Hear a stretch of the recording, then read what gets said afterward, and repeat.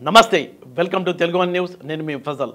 మనతో పాటు ప్రముఖ రాజకీయ విశ్లేషకులు అప్పసాని రాజేష్ గారు ఉన్నారు. ఆయనతో చర్చిద్దాం. సార్ నమస్తే. నమస్తే సార్, నిన్న మనం చూస్తే ముఖ్యమంత్రి జగన్మోహన్ రెడ్డి మచిలీపట్నంలో ఎన్నికల ప్రచారంలో భాగంగా మాట్లాడుతూ ఆయన ఒక మాట అన్నాడు. పథకాలన్నీ పాత పథకాలు అయినప్పటికీ ఆపేస్తున్నారు, మరోపక్క అధికారులను మార్చేస్తున్నారు, అసలు ఎన్నికలు సజావుగా జరుగుతాయా అంటూ ఆయన చాలా వైరాగ్యంగా చాలా నిరాశతో మాట్లాడటం మనం చూసాం. అంటే ఆయన మొత్తం తిరుగుతున్నాడు కదా, ట్రెండ్ అర్థమైంది అనుకోవచ్చా? ఎందుకు సింహం లాంటి వ్యక్తి పిల్లిలా మారాడు అనుకోవచ్చు? జగన్మోహన్ రెడ్డి గారు అంటే ప్రజల్ని తప్పుదోవ పట్టించే ప్రచారం చేస్తూ ఉన్నారు. పాత పథకాలే అయినా ఆపుతున్నారు అని చెప్పని ఆయన మాట్లాడుతున్నారు. మరి మే 1వ తారీఖు సామాజిక పెన్షన్ల పంపిణీ ఆపలేదే?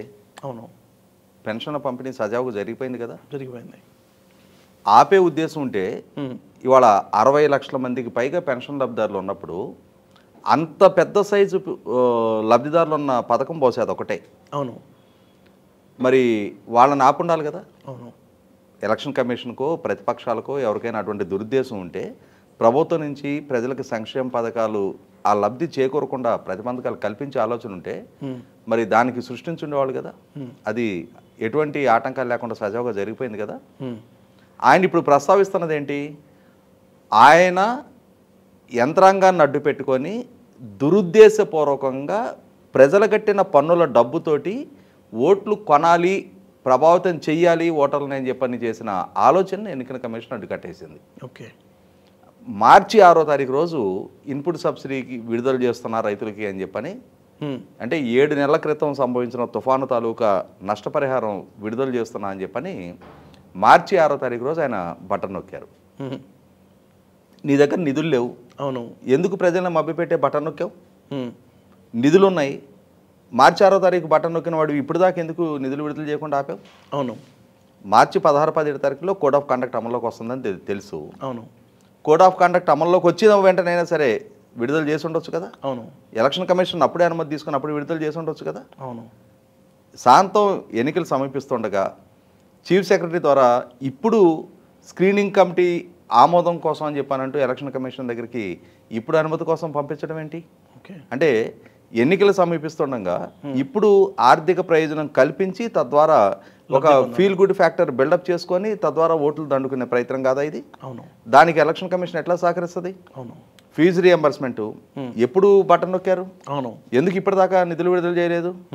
ఖచ్చితంగా మీ వైఫల్యం అది. అవును. మీరు మీ అకౌంట్లో మీ ట్రెజరీలో డబ్బులు లేకుండా ప్రజలను మభ్యపెట్టడానికి కోసం మేమేదో చాలా ఘనంగా నిధులు విడుదల చేస్తున్నాము, పథకాలు అమలు చేస్తున్నామని చెప్పని ఆర్భాటపు సభలు పెట్టుకొని ఫుల్ పేజ్ పోస్టర్లు యాడ్లు ఇచ్చుకొని ప్రచారం రోజు బటన్ నొక్కి పబ్లిసిటీ పొందారు, ఈరోజు ఇస్తున్నట్టు పబ్లిసిటీ. ఇవాళ అంటే మీ దగ్గర నిధులు లేమి ఉన్నప్పుడు మీరు ఈ ఆర్భాటపు ప్రచారం మభ్యపెట్టడమే కదా ప్రజల్ని. అవును.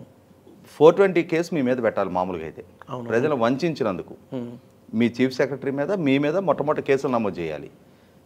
అంటే నిధులు విడుదల చేయకుండా చేస్తున్నట్టుగా భ్రమింపజేసినందుకు. అవును.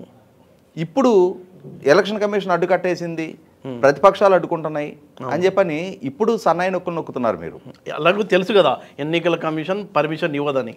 ఇప్పుడు దాని నుంచి కూడా లబ్ధి పొందడమా? అంటే గతంలో కేసీఆర్ గారు ఎలక్షన్స్కి ముందు 2018లో రైతు బంధు నిధులు విడుదల చేయడం ద్వారా ఆ డబ్బు ద్వారా ఓటర్లకు తనకు అనుకూలంగా మలుచుకోగలిగారు అని 2018లో ఏదైతే నానుడి చలామణైందో 2023 ఎన్నికలకు ముందు కూడా సేమ్ అదే ఫ్యాక్టరు పనిచేయించాలని చెప్పిన ప్రయత్నం చేశారు. ఇప్పుడు తెలంగాణ ప్రభుత్వం కూడా రైతు బంధు నిధులని విడుదల చేసే ప్రయత్నం చేసిందో అదే విధంగా జగన్మోహన్ రెడ్డి గారు కూడా ఆ ప్రయత్నం చేశారు అక్కడ. అంటే ప్రభుత్వ డబ్బుతోటి ప్రజలను తనకు అనుకూలంగా మలుచుకునే ప్రయత్నం. కోడ్ ఆఫ్ కండక్ట్ అమల్లోకి వస్తుంది అనుకున్నప్పుడు ముందుగానే బటన్ నొక్కున్నప్పుడు అప్పుడే నిధులు విడుదల చేస్తుంటే ఎవరు అడ్డుకునేవాళ్ళు మిమ్మల్ని? ఎవరు అడ్డుకున్నారు?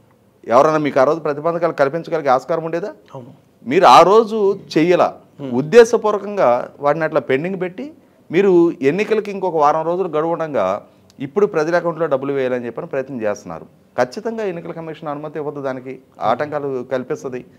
మీరు మీ లోపాన్ని ఎత్తి చూపకుండా ప్రజల్లో సానుభూతి రప్పించుకునే ప్రయత్నం చేసినా మీ వైఫల్యం ఏంటి, ప్రజలకు ఎప్పుడు బటన్ నొక్కారనేది ఆ పథకం లబ్ధిదారులైన ఆ రైతులకు తెలుసు.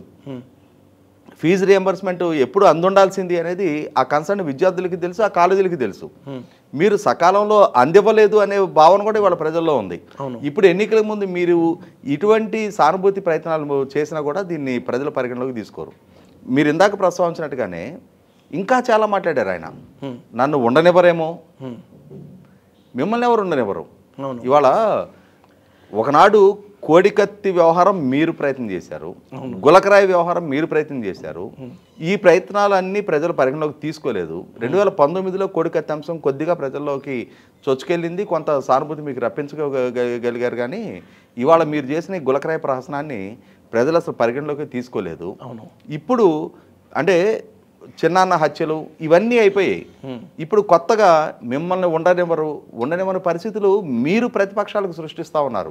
పథకాలు కొనసాగాలి అంటే నేను మళ్ళీ రావాలంటాడు కదా. ఇవాళ ప్రతిపక్ష నాయకుల మీద దాడులు దౌర్జన్యాలు మీరు చేయించుతున్నారు. ఇవాళ ఎక్కడికి ప్రతిపక్ష నాయకులు పర్యటనకు వెళ్ళినా కూడా మీరు చంద్రబాబు నాయుడు గారి మీద రాళ్లదాడి చేయించారు, నారా లోకేష్ మీద రాళ్లదాడి చేయించారు, పవన్ కళ్యాణ్ గారి మీద రాళ్లదాడి చేయించారు. మీరు ఇవాళ పొద్దుటూరులో జమ్మల మడుగులు అనుకుంటా నారా లోకేష్ మీద కోడిగుడ్డు దాడి చేయించారు. మీ శ్రేణులు దాడులు చేస్తూ ఉన్నాయి, మీ శ్రేణులు దౌర్జన్యాలకు పాల్పడుతూ ఉన్నారు. ఇవాళ పోస్టల్ బ్యాలెట్లో ఎన్నికలు జరుగుతుంటే, పోస్టల్ బ్యాలెట్లో నమోదు జరుగుతుంటే కూడా ఆ శిబిరాల దగ్గరికి వెళ్ళి, ఆ బూతుల దగ్గరికి వెళ్ళి అలజడి మీరు సృష్టిస్తున్నారు. ఇటువంటి పరిస్థితుల్లో మీరేదో విక్టింగ్ కార్డు ప్లే చేస్తే అది పరిగణలోకి తీసుకోవడానికి ప్రజలు సిద్ధంగా లేరు. ఒకటి వాస్తవ పరిస్థితి ఏంటి అంటే, ఒకనాడు నేను సింగిల్ సింహం అన్నారు, మిగిలిన వాళ్ళందరూ తోడేళ్ల గుంపు అన్నారు, వాళ్ళందరూ కలిపి పోటీ చేస్తున్నారు అన్నారు, నేను ఒంటరిగా పోటీ చేస్తున్నాను అన్నారు, నేను వైనాట్ 175 175 నియోజకవర్గాలు కూడా గెలగలుగుతాను, కుప్పంలో చంద్రబాబు నాయుడు గారిని కూడా ఓడిస్తానని చెప్పని భీకర ప్రకటన మీరు చేశారు. అక్కడి నుంచి వాళ్ళ ఎన్నికలు సజావుగా జరగవేమో, ఎన్నికల్ని ఇష్టం వచ్చినట్టు మారుస్తున్నారు అంటే ఖచ్చితంగా మారుస్తారు. వాళ్ళు ప్రభుత్వ అధికారులు అనే అంశాన్నే మర్చిపోయి మీకు లాయల్టీ ప్రదర్శిస్తే చాలు అని చెప్పని, మీ ఆదేశాలు శిరసావహిస్తే చాలు అని చెప్పని, మేము సమాజానికి బాధ్యులం, చట్టానికి బాధ్యులం, బిజినెస్ రూల్స్ కట్టుబడి పనిచేయాలనే అంశాన్ని విస్మరించి ఇష్టారీతిన వాళ్ళు వ్యవహరిస్తున్నప్పుడు ఖచ్చితంగా కోడ్ ఆఫ్ కండక్ట్ అమల్లోకి వచ్చిన తర్వాత ఇంపార్షియల్గా ఉండాల్సిన అధికారులు బయాస్డ్గా ఉంటుంటే equal level playing field maintain చేయాల్సిన ఎన్నికల సంఘం ఆ దిశగా చర్యలు తీసుకుంటుంది. మీకు కొంతమంది అధికారులు మీ పార్టీ కార్యకర్తలాగా వ్యవహరిస్తున్నప్పుడు ఖచ్చితంగా వాళ్ళని ఎన్నికల విధి నుంచి దూరం చేసి తీరుతారు. అదే ఇప్పుడు జరుగుతూ ఉంది. 2019 ఎన్నికల నాడు ఆ రోజు చీఫ్ సెక్రటరీని కూడా మీరు మార్పించారే, మీరు మీ ఫిర్యాదును పరిగణలోకి తీసుకుని ఎలక్షన్ కమిషన్. ఆ రోజు ఇంటెలిజెన్స్ చీఫ్ని ఆ రోజు కూడా మార్చారే. ఆ రోజు వివేకానంద రెడ్డి గారి హత్య కేసు వివరాలు బయటకు రాకూడదు అని చెప్పని మీరు గ్యాగార్డర్లు తీసుకొచ్చారే. అంటే ఆ రోజున ఆనాటి ప్రభుత్వం మరి మాకు ప్రతిబంధకాలు కల్పిస్తుందని చెప్పని ఫీల్ అయిందా? ఖచ్చితంగా అధికారుల మీద ఆధారపడి మీ ప్రభుత్వం నడుస్తుందా? మీరు లేదు ఎన్నికలకు సిద్ధమవుతా ఉన్నారా? అంటే ఈ అధికారులు లేకపోతే మీరు ఎన్నికలు ఎదుర్కోలేరా? ప్రజలా ఓటేయాల్సింది అధికారులా? ఎందుకని వాళ్ళ అధికారుల మార్పు చేర్పు జరగగానే ఇంతగా పడుతున్నారు? ఇప్పుడు వారి స్థానంలో నియామకం అయిన వాళ్ళు కూడా ప్రభుత్వ అధికారులేగా. ఇప్పుడు ఎవరినైతే తప్పించారో వాళ్ళు బయాస్డ్గా వ్యవహరిస్తున్నారు అని చెప్పని ఫిర్యాదులు అందే. ఎలక్షన్ కమిషన్ కూడా నిర్ధారణ చేసుకుంది కాబట్టి వాళ్ళ వ్యవహార శైలి ఇంపార్షియల్గా లేదు అని చెప్పని ఎలక్షన్ కమిషన్ కూడా రుజువైంది కాబట్టి వాళ్ళని తప్పించారు. అంటే పబ్లిక్లో సింపతి రాబట్టడానికే అతను అలా మాట్లాడుతున్నారు అనుకోవచ్చా? 100కి 100 పాళ్ళు జగన్మోహన్ రెడ్డి గారు ఆయన 5 సంవత్సరాలు తన పాలనా తీరు మీద, తన పరిపాలనా పరంగా సాధించిన విజయాల మీద, ప్రజల జీవితాల మీద తాను బలమైన ముద్ర వేయగలిగిన అంశాన్ని చెప్పుకోలేని పరిస్థితులు ఆయన ఉన్నారు.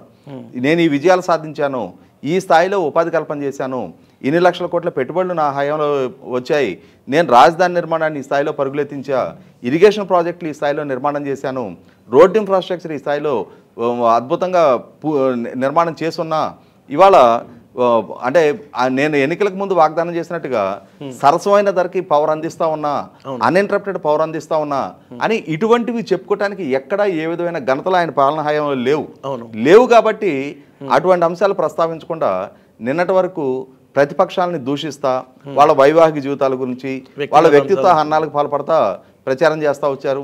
అదే సందర్భంలో తన సొంత చెల్లెలు శర్మ గారు, ఇంకొక చిన్నాన్న కుమార్తె డాక్టర్ సునీత గారు లేవనెత్తుతున్న ప్రశ్నలకు సమాధానం చెప్పలేక వీళ్ళందరూ చంద్రబాబు నాయుడు గారు ఏజెంట్లు అని చెప్పని చిత్రీకరించే ప్రయత్నం చేస్తున్నారు. ఇవేవి ప్రజల పరిగణలోకి తీసుకోవట్లేదు అనేది ఇప్పుడు అందుతున్న సర్వే ఫలితాలు వాళ్ళకి తెలుస్తూ ఉన్నాయి, వాళ్ళకి స్వయంగా అందిస్తున్న ఇంటెలిజెన్స్ రిపోర్ట్లు వాళ్ళకి అందుతూ ఉన్నాయి. అన్నిటికన్నా ముఖ్యంగా కేంద్ర ప్రభుత్వ పెద్దలుగా ఉన్న అమిత్ షా గారు కానీ నరేంద్ర మోడీ గారు ప్రభుత్వానికి రాష్ట్ర ప్రభుత్వానికి వ్యతిరేకంగా చేస్తున్న ప్రచార నేపథ్యంలో కూటమి ప్రజల నుంచి మద్దతు పొందుతుంది, ఖచ్చితంగా రేపు రాబోతున్న ఎన్నికల్లో ఓటమి చవిచూడటం ఖాయమన్న భావన వ్యక్తమైన తర్వాత ఈ రకమైన నైరాస్యపు మాటలు మాట్లాడుతూ ఉన్నారు.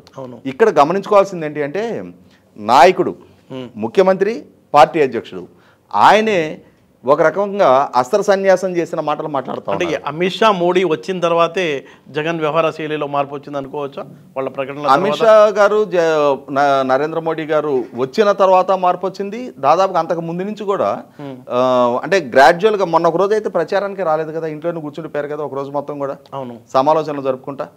కాబట్టి ఏంటంటే ఇక్కడ అర్థమవుతుంది ఇంత కీలకమైన సమయంలో ఎన్నికల 10 రోజుల్లో ఉండగా ప్రచారాన్ని ఆపేసి ఇంట్లో మంత్రాలు జరుపుతూ కూర్చోటం ఏంటి? అంటే ప్రచారం కన్నా కూడా మంత్రాలే ముఖ్యమని చెప్పని ఫీల్ అయ్యారు అని అంటే ప్రజల్లోకి వెళ్ళి ప్రజలకి తన పార్టీ గురించి, తన పాలన గురించి, తన అభ్యర్థుల గురించి, తన ప్రభుత్వం గురించి వివరించి చెప్పాల్సిన స్థితిలో ఉన్న నాయకుడు ఇవాళ 4 గోడలకు పరిమితం అయ్యారు అని అంటే టైమింగ్ కూడా ఇంపార్టెంట్ కదా. ఇటువంటి పరిస్థితిలో వైసీపీ శ్రేణులు కూడా ఒకసారి ఆలోచించుకోండి మీరు. ఇవాళ మీ నాయకుడు ఈ రకమైన నైరాశ్యంలో మునిగిపోతా ఉన్నాడు, భవిష్యత్తు ఆయనకి కళ్ళ ముందు కనిపిస్తూ ఉంది. ఇటువంటి సందర్భంలో ఆయన ఇచ్చిన ఆదేశాలు యథావిధిగా పాటించి మీరు హింసాత్మక చర్యలకు పాల్పడతా ఉన్నారు. చాలా ప్రాంతాలు అలజడులు మీరు సృష్టిస్తూ ఉన్నారు. మీరు అనుకున్న స్థాయిలో ఖచ్చితంగా రేపు ఫలితాలు మీకు అనుకూలంగా రావు అనేది ఇప్పటికే స్పష్టమవుతూ ఉంది. కాబట్టి ఆ విధమైన నైరాశ్యాన్ని మీ నాయకుడే ప్రదర్శిస్తూ ఉన్నాడు. ఇక్కడ మీరు ఆ రెస్ట్రైన్ మెయింటైన్ చేయకుండా ఇదే విధమైన వైఖరి కనుక మీరు ప్రదర్శించారు అని అంటే ఇప్పుడు మీరు ఏ దాడులు అయితే చేస్తూ ఉన్నారో ఇదే దాడులు రేపు మీ మీద కూడా జరగడానికి ఆస్కారం ఉంటుంది. ఇప్పటికే వివిధ స్థాయిల్లో ఉన్న అధికారుల మొత్తాన్ని మార్చేస్తూ ఉన్నారు. ఇప్పటి వరకు మీకున్న ఏకపక్ష మద్దతు పోలీస్ డిపార్ట్మెంట్ వైపు నుంచి కూడా దక్కదు. ఒక పక్క మీ ప్రభుత్వం పట్ల విపరీతమైన వ్యతిరేకత ఉద్యోగ వర్గాల నుంచి వ్యక్తమవుతూ ఉంది. పోలీసులు కూడా ఉద్యోగ వర్గాల అంతర్భాగమే.